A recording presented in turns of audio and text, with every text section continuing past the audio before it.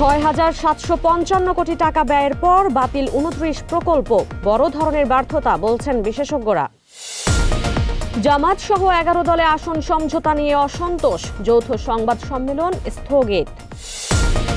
আওয়ামী লীগ ভুল স্বীকার করলে রিকনসিলিয়েশন সম্ভব, মন্তব্য প্রধান উপদেষ্টার। ১২ ফেব্রুয়ারি ভোটের কথা পুনর্ব্যক্ত।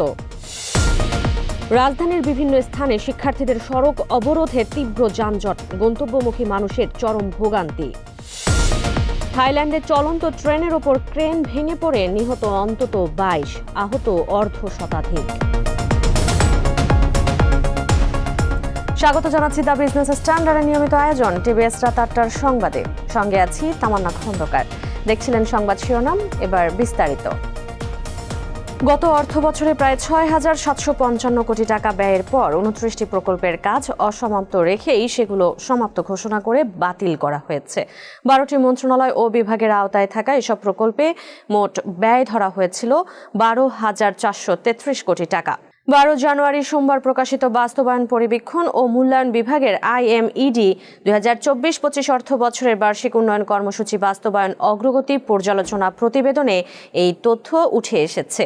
বাতিল হওয়া প্রকল্পগুলোর মধ্যে উল্লেখযোগ্য হচ্ছে বঙ্গবন্ধু শেখ মুজিবুর রহমান মহাকাশ অবলোকন কেন্দ্র, মুক্তিযুদ্ধের মিত্র বাহিনীর শহীদদের স্মরণে স্মৃতিসৌধ নির্মাণ প্রকল্প, ফেনীর দাগনভূয়ার ভাষা সৈনিক শহীদ সালাম স্মৃতি প্রতিবন্ধী সেবা কেন্দ্র ও কমিউনিটি হাসপাতাল নির্মাণ ইত্যাদি। সাবেক পরিকল্পনা সচিব MD মামুন আল রশিদ বলেন, সবচেয়ে উদ্বেগজনক বিষয় হল এসব প্রকল্প বাতিল হওয়ার আগেই প্রায় ৬,৫০০ কোটি টাকা সরকারি অর্থ ব্যয় হয়ে গেছে। অর্থাৎ প্রকল্প বাতিল হলেও রাষ্ট্র ইতোমধ্যে বিশাল অঙ্কের অর্থ হারিয়েছে। এটি নিঃসন্দেহে একটি বড় ধরনের নীতিগত ও আর্থিক ব্যর্থতা। জামায়াতে ইসলামীর সঙ্গে চরমোনাই পীর সৈয়দ মোহাম্মদ রেজাউল করিমের ইসলামী আন্দোলন বাংলাদেশ এবং আল্লামা মামুনুল হকের বাংলাদেশ খেলাফত মজলিস নির্বাচনী আসন সমঝোতায় থাকবে কিনা তা নিয়ে অনিশ্চয়তা দেখা দিয়েছে। আসন বন্টন বিষয়ে অসন্তোষ থেকেই এই অনিশ্চয়তা তৈরি হয়েছে। বিষয়টি সুরাহা করে আজ বিকালে যৌথ সংবাদ সম্মেলন করার কথা থাকলেও তা হয়নি। বেলা ২:১টার দিকে এক সংবাদ বিজ্ঞপ্তিতে জামায়াতের পক্ষ থেকে এ তথ্য জানানো হয়। সংবাদ বিজ্ঞপ্তিতে বলা হয়, আজ ১৪ জানুয়ারি বিকেল ৪:৩০টায় আন্দোলনরত ১১ দল ঘোষিত সংবাদ সম্মেলন অনিবার্য কারণবশত স্থগিত করা হয়েছে। এ বিষয়ে ১১ দলের সমন্বয়ক ও জামায়াতের সহকারী সেক্রেটারি জেনারেল হামিদুর রহমান আজাদ বলেন, অনিবার্য কারণে সংবাদ সম্মেলন স্থগিত করা হয়েছে। এখনও কিছু প্রস্তুতি বাকি রয়েছে। পরবর্তী সময়ে সংবাদ সম্মেলনের তারিখ জানানো হবে।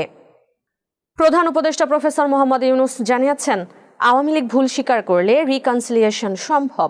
ডোনাল্ড ট্রাম্প প্রশাসনের দায়িত্ব পালনকারী যুক্তরাষ্ট্রের ২ সাবেক জ্যেষ্ঠ কূটনীতিক আলবার্ট গোম্বিস ও মর্স ট্যান ১৩ জানুয়ারি সন্ধ্যায় রাষ্ট্রীয় অতিথি ভবন যমুনায় প্রধান উপদেষ্টার সঙ্গে সাক্ষাৎ করলে একথা জানান তিনি। প্রফেসর ইউনূস জানান, প্রয়াত নেলসন ম্যান্ডেলার একজন বন্ধু হিসেবে তিনি দক্ষিণ আফ্রিকার ট্রুথ অ্যান্ড রিকনসিলিয়েশনের প্রক্রিয়া ঘনিষ্ঠভাবে দেখেছিলেন। তবে তৎকালীন ফ্যাসিস্ট শাসক গোষ্ঠী তাদের অপরাধ অস্বীকার করে যাওয়ায় এই মুহূর্তে বাংলাদেশে সে ধরনের কোনো উদ্যোগ গ্রহণের সম্ভাবনা তিনি দেখছেন না।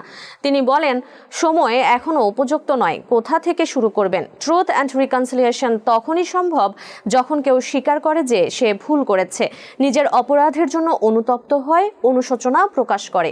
কিন্তু এখন পর্যন্ত তাদের কোনো অনুশোচনা নেই, কোনো অনুতাপও নেই। বরং তারা দাবি করছে যে জুলাই অভ্যুত্থানে তরুণরা সন্ত্রাসীদের হাতে নিহত হয়েছে। প্রধান উপদেষ্টা আরও বলেন, আগামী ১২ ফেব্রুয়ারি নির্ধারিত সময় অনুযায়ী সাধারণ নির্বাচন ও গণভোট অনুষ্ঠিত হবে। এ বিষয়ে অন্তর্বর্তী সরকার প্রতিশ্রুতিবদ্ধ। ৭ কলেজের জন্য প্রস্তাবিত ঢাকা সেন্ট্রাল ইউনিভার্সিটির অধ্যাদেশ জারির দাবিতে ১৪ জানুয়ারি রাজধানীর সায়েন্স ল্যাব মোড় সহ একাধিক স্থানে অবরোধ কর্মসূচি পালিত হয়েছে। বেলা ১টার দিকে আন্দোলনকারী শিক্ষার্থীরা সায়েন্স ল্যাব মোড় অবরোধ করেন। দুপুর ১২:৩০টার দিকে মিরপুর এলাকার টেকনিক্যাল মোড়ে অবরোধ শুরু হয়। পুরান ঢাকার তাঁতিবাজার মোড়ে অবরোধ করা হয় দুপুর ১:১২টায়। বেলা ১টার দিকে তিতুমীর কলেজের কিছু শিক্ষার্থী মহাখালী এলাকায় ১০ মিনিট সড়ক অবরোধ করেছিলেন। পরে তারা সড়ক ছেড়ে দেন। শিক্ষার্থীদের অবরোধের কারণে সংশ্লিষ্ট সড়কগুলোয় যান চলাচল বন্ধ হয়ে যায়। এতে তীব্র যানজট সৃষ্টি হয়। চরম ভোগান্তিতে পড়েন যাত্রী চালকেরা। সায়েন্স ল্যাব অবরোধের কারণে যানজটে পড়েন অনেক যাত্রী। তারা গাড়ি থেকে নেমে হেঁটে গন্তব্যে যেতে থাকেন। থাইল্যান্ডের নাখম রাজচাসিমা প্রদেশে উচ্চগতির রেল লাইন প্রকল্পে ব্যবহৃত একটি ক্রেন যাত্রীবাহী ট্রেনের উপর ভেঙে পড়েছে। এতে ট্রেনটি লাইনচ্যুত হয়ে পড়লে অন্তত 22 জন নিহত হয়েছে। আহত হয়েছে আরও 79 জন।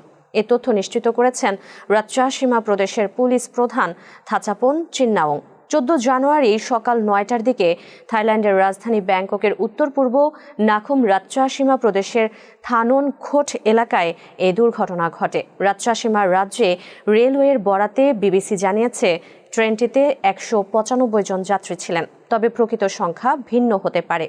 থাইল্যান্ডের উপপ্রধানমন্ত্রী এবং পরিবহন মন্ত্রী ফিপাত রাচাকিট প্রাকর্ণ দুর্ঘটনার কারণ অনুসন্ধানে পুঙ্খানুপুঙ্খ তদন্তের নির্দেশ দিয়েছেন। নাখুম রাজশাহী প্রাদেশিক জনসংযোগ দপ্তর এক বিবৃতিতে জানায়, একটি ক্রেন ট্রেনের উপর পড়লে ট্রেনটি লাইনচ্যুত হয় এবং আগুন ধরে যায়। স্থানীয় গণমাধ্যমে প্রচারিত ফুটেজে দেখা যায় উদ্ধারকর্মীরা দ্রুত ঘটনাস্থলে ছুটে যাচ্ছেন। দর্শক, এ ছিল টিভিএস রাত 8টার সংবাদে। এতক্ষণ সাথে থাকার জন্য ধন্যবাদ সবাইকে।